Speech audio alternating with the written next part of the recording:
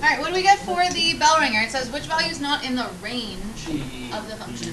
Should be B. Remember, range is the set of y values. So when you're looking at this, you're focusing on the y-axis and you're saying which of these is not represented. So 0 is represented. 3 has an open circle, so it is not represented as a part of the range. 4 would be, it has a closed circle and a line, and 5 also has a closed circle on it. All right, so these homework questions you should have checked your answer to because they were on Google Classroom. Yes, so I'm just going to take questions on the 3-4 worksheet number 2. Which questions do we go there?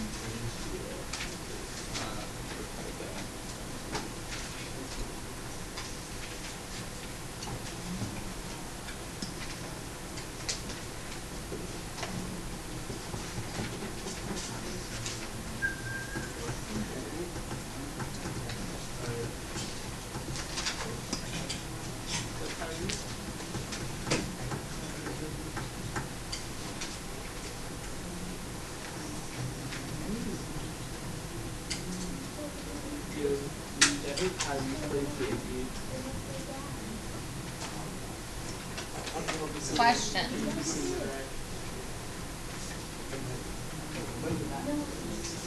These are all fair game for our quiz on Friday. Okay. Okay. Oh, Mason? The back? Which one? Oh, wait. The next one. The other worksheet.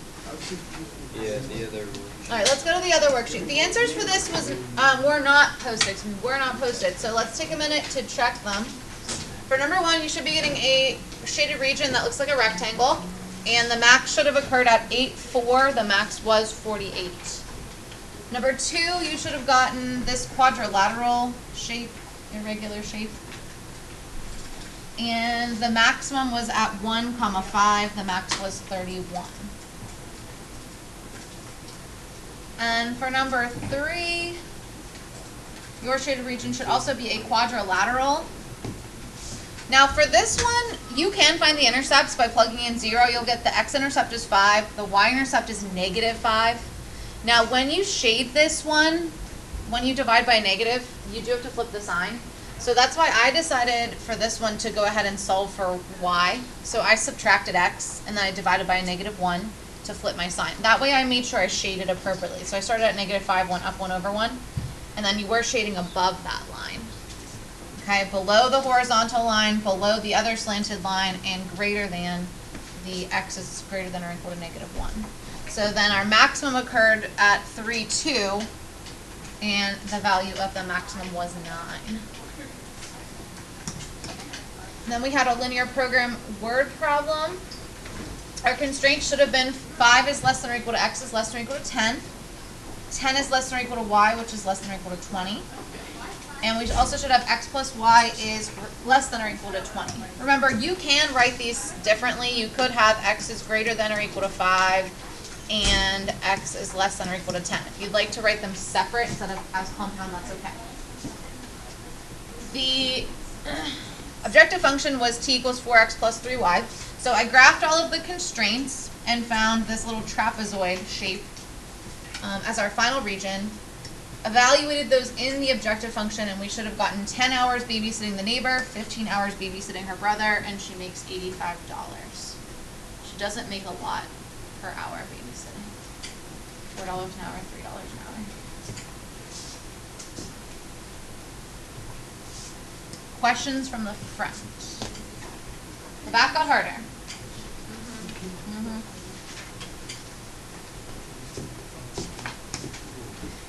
Yeah, let's just pull up a blank one.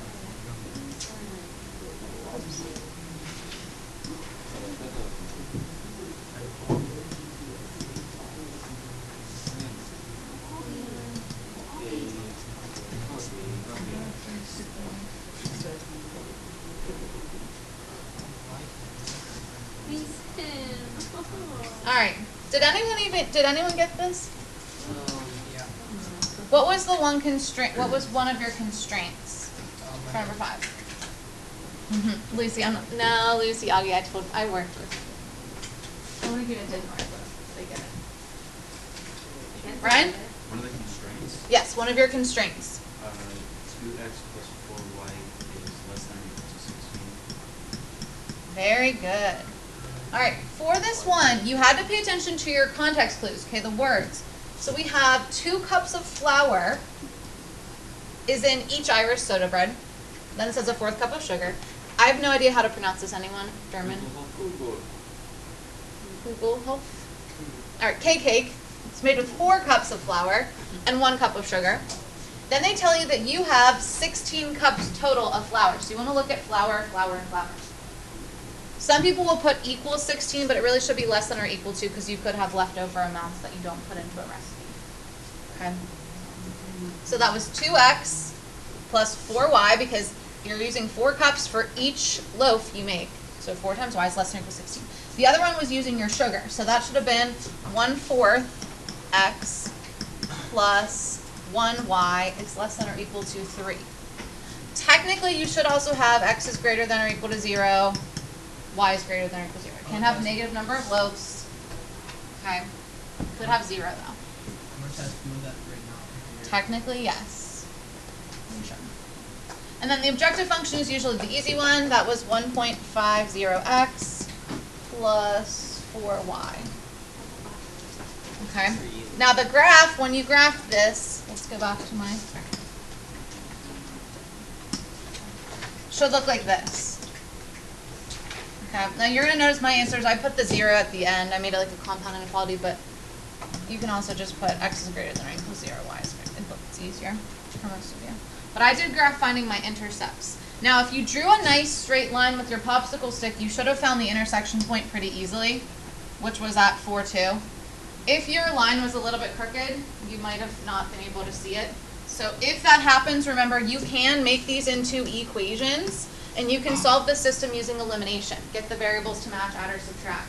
Anytime that happens that you can't see in the graph. The final answer was 4 loaves of Irish bread, 2 loaves of the K loaves, and that was a profit of 14 bucks. Okay, number 6 was really similar. You were looking at 2 cups of oil, 1 cup of oil, and you have 24 total cups of oil. So 2x plus 1y has to be less than or equal to 24. And 1 cup of cocoa butter per bottle, so that's 1x plus 2y is less than or equal to 18. Again, I found my intercepts and graphed it, and this is what your graph should look like. Okay, so we got 10.4 was the max, and that was a maximum of $132.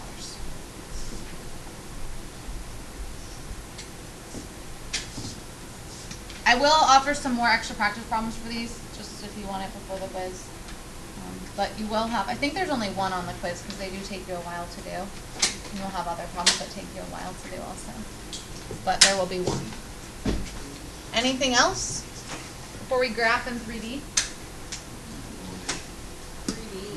Yes. 3. All right, so what we're doing today is we're going to graph in 3 dimensions. We've always graphed on an x and a y coordinate plane, right? 2 dimensions. Today we're going to add a 3rd dimension. So just to show you kind of what it's going to look like while you're getting your notes out, okay, we're going to have 3 axes representing 3 dimensions. So instead of having an ordered pair, we'll have an ordered triple, x, y, z. So let me just show you what would happen. Okay, so when you're drawing it on your paper today, you're going to be drawing a 3-dimensional point on a 2-dimensional piece of paper. So it is going to look a little different than it would if you were looking at it in the real world. But I can rotate this, and you can see that the point is actually lying like above the coordinate plane. Okay, so it is in 3 dimensions. When we do it on our paper today, let's see if I can get it to look exactly like what it. Ours will look like this. So the x-axis will be drawn slanted. You'll see it on your notes. It's technically coming out of the page, like forwards and backwards. Okay. The y-axis will be going left and right. The z-axis will be going up and down, so rising up and down. Okay. So it'll be a little different today. So first of all, we usually have a coordinate plane. That's your x, y. Today we have a coordinate space, which is a 3-dimensional coordinate system. And in geometry, we talked about that a little bit too. We were talking about coplanar and in space. Right. I don't have these next. They're in your, with the other ones.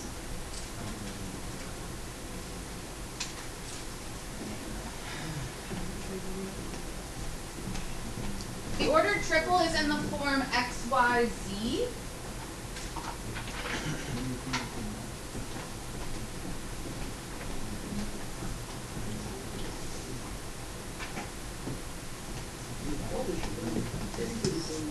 So points of the form x, comma, y, comma, z.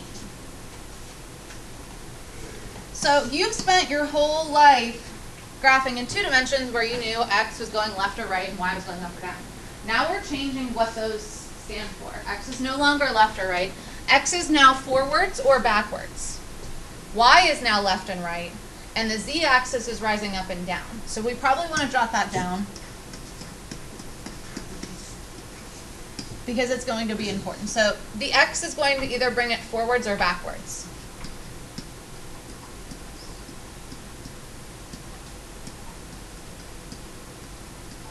Again, on your paper, they can't draw, you can't take something and put it coming out of the paper, okay, because it's 2-dimensional space. So they're going to draw the x-axis as like a slanted line, but technically the x-axis is coming out of your paper, straight towards you. Okay, but they draw it at a slant so that you can kind of see. The forward would obviously be a plus, and a backwards would be when you have a negative. All right, the y-axis, as you can see in this picture, the y-axis was the old x-axis, okay, so that's going left or right. And it's the normal positive and negative you would think. So left is when we have a negative, right is when we have a positive.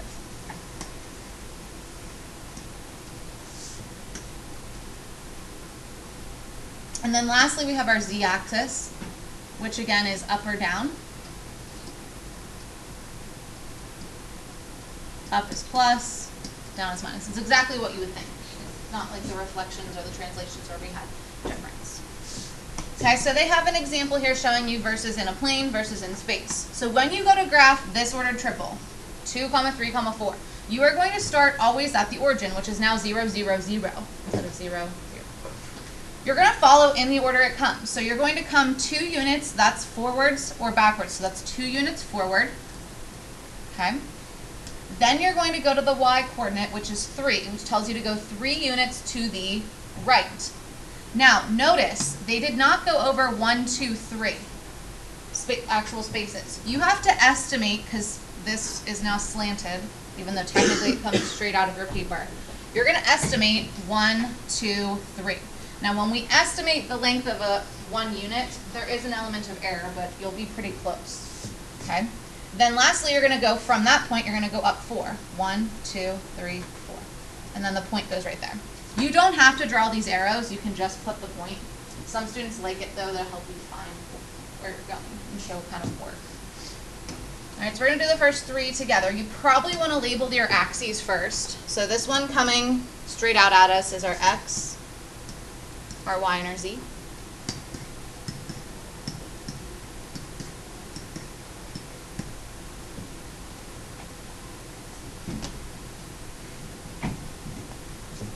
So this negative 3, remember the x is telling us forwards or backwards, so this is telling me to go backwards 3.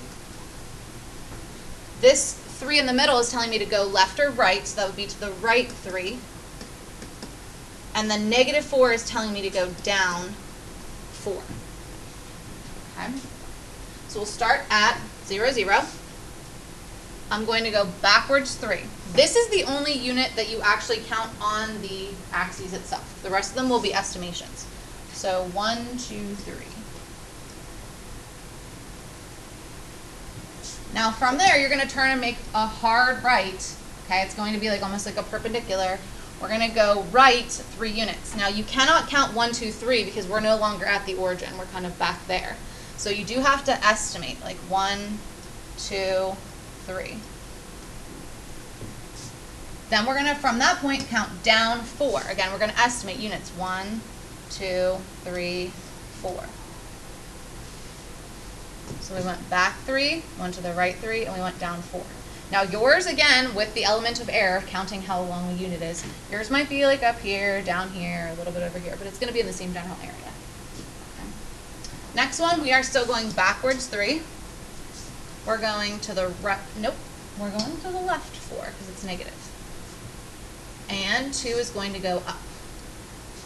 So again, starting at 0, 0, I'm going to go back 3. This time I'm going to go left. Again, I have to estimate. So like 1, 2, 3, 4. And then I'm going to count up 2. 1, 2. You, again, do not need any of this stuff if you don't like it. You can just plot the point. And again, I'm going to look, there's going to be a little element of error with our counting, but it has to be in the same relative location. The last one, notice that we're not going forwards or backwards at all. Okay, so you're going to stay right there when we start. We are going to go 4 units. Is that going to be right or left? Left, and 2 units down. Okay, so this time we will actually count on the y-axis because we're not coming forwards or backwards, so we'll just go left 1, 2, 3, 4, and then we're going to count down 2. Okay, if you like, again, you can show the arrows, left 4, down 2, there's your point. All right, try the next 3 on your own, and then we'll pair share. One of them almost goes off the paper. See this?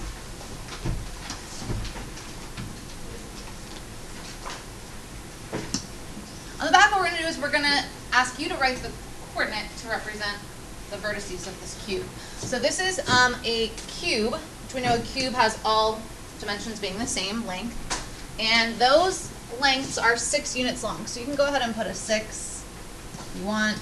Every single length of the cube is 6. And then they tell us that the origin, our 0, 0, 0, is in the center of the cube. Okay?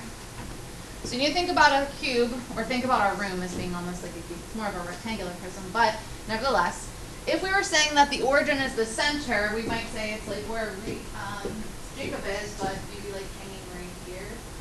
Okay? So thinking about the center of the origin being in the very middle. Okay, again, it's going to be hard to look here at a 2-dimensional space of a 3-dimensional object. Now I would try and find your origin, which is where the x-axis intersects the y-axis and the z-axis. So where all 3 of them intersect is right there. Now some of you will think that looks like the middle of the box. Some of you, when you look at it, you'll think that this is like on the back wall. All of you, your eyes will see different things. But you need to tell yourself that that is in the exact middle of the cube. Okay. So what we're going to do is we are going to come up with ordered triples, x, y, z, coordinates, to represent all of the vertices, A, B, C, and so on. So let's just go ahead and start with A. So if I were in the middle of the box, think about our classroom too, if I was hanging out above Jacob's head, and I wanted to get to that corner, would I have to go forwards or backwards first? To that corner up there, by the black hole. This would be forwards. So I'd have to go backwards. Now, how many units would I have to go backwards? Like a lot.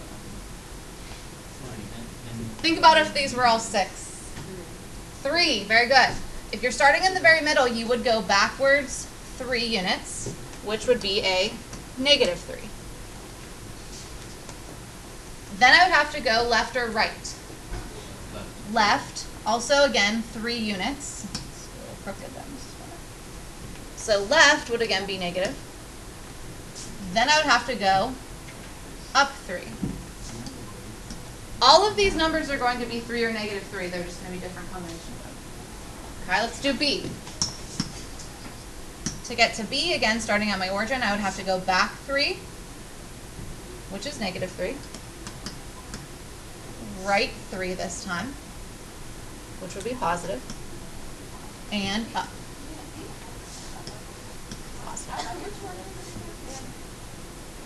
Now C is in the front corner. So going from my origin, I'm going to have to come forward 3, right 3, and up 3. So that's going to be all positives.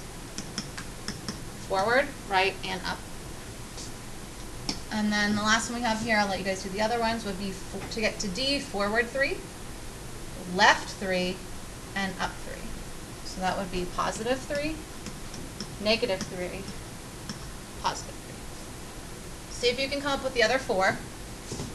And down. All right, the last thing we're going to look at is actually graphing I don't want to say a line, but graphing an equation in 3 dimensions. Now, normally when we graphed like y equals 2x plus 3, that was a line, right? When you're graphing something in 3 dimensions that has 3 different variables, it's actually representing a plane. So let me go back to my little example here. And let's get rid of this. Let's add in a plane. So here we go. Let's change some of our variables.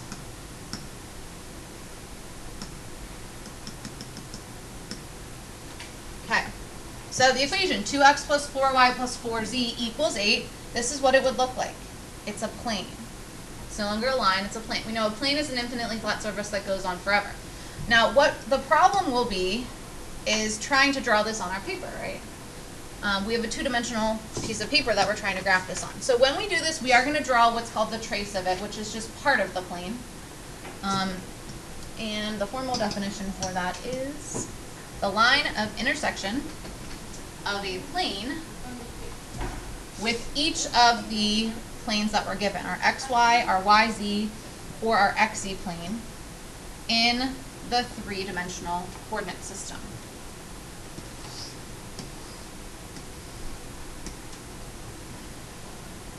Now the intersection of the planes occurs at the intersects.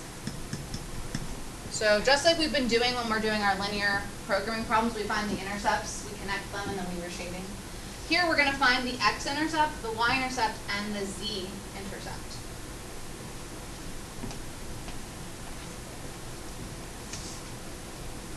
Okay, so the steps to graph are to find each intercept. Actually, let's say find all 3 intercepts. We used to find the x-intercept by plugging 0 in for y, right? So to find the x-intercept here, you have to plug 0 in for y and for z. So plug in 0 for the other 2 letters. Once we have the intercepts, we're going to plot all 3.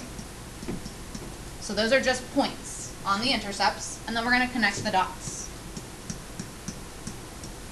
It will form a triangle, okay, which is part of the plane. The plane is really infinitely flat going on forever and ever. We're just going to see part of it. All right, so to find our x-intercept, we're plugging in 0 for y and z, so it's like they kind of disappear. So we're left with negative 3x equals 6, so our x-intercept would occur at negative 2. To find the y-intercept, we're plugging in 0 for x and for z. So those kind of just disappear. We're left with negative 2y equals 6. Divide by negative 2, we get y equals negative 3. And then lastly, our z-intercept, plugging in 0 for x and 0 for y, we get our z is 6. Now the mistake some students make is they go and they try to plot this as a point. It's not a point. Those are 3 separate points. Okay, these are your intercepts. So this is our x-axis, our y-axis, and our z. So on the x-axis, I'm going to put a point at negative 2. The y-axis, I'm going to put a point at negative 3. And the z-axis at 6. Now we're going to connect them. Some students like to shade it, like we saw in the little interactive demo. Because sometimes it's easier for you to see a plane and also imagine that it's going on forever and ever and ever past that triangular point. But this is called our trace, so this is just a portion of the plane. The next one's easy. The x, y, and z intercepts are all going to be 5, right? X is 5, y is 5, z is 5.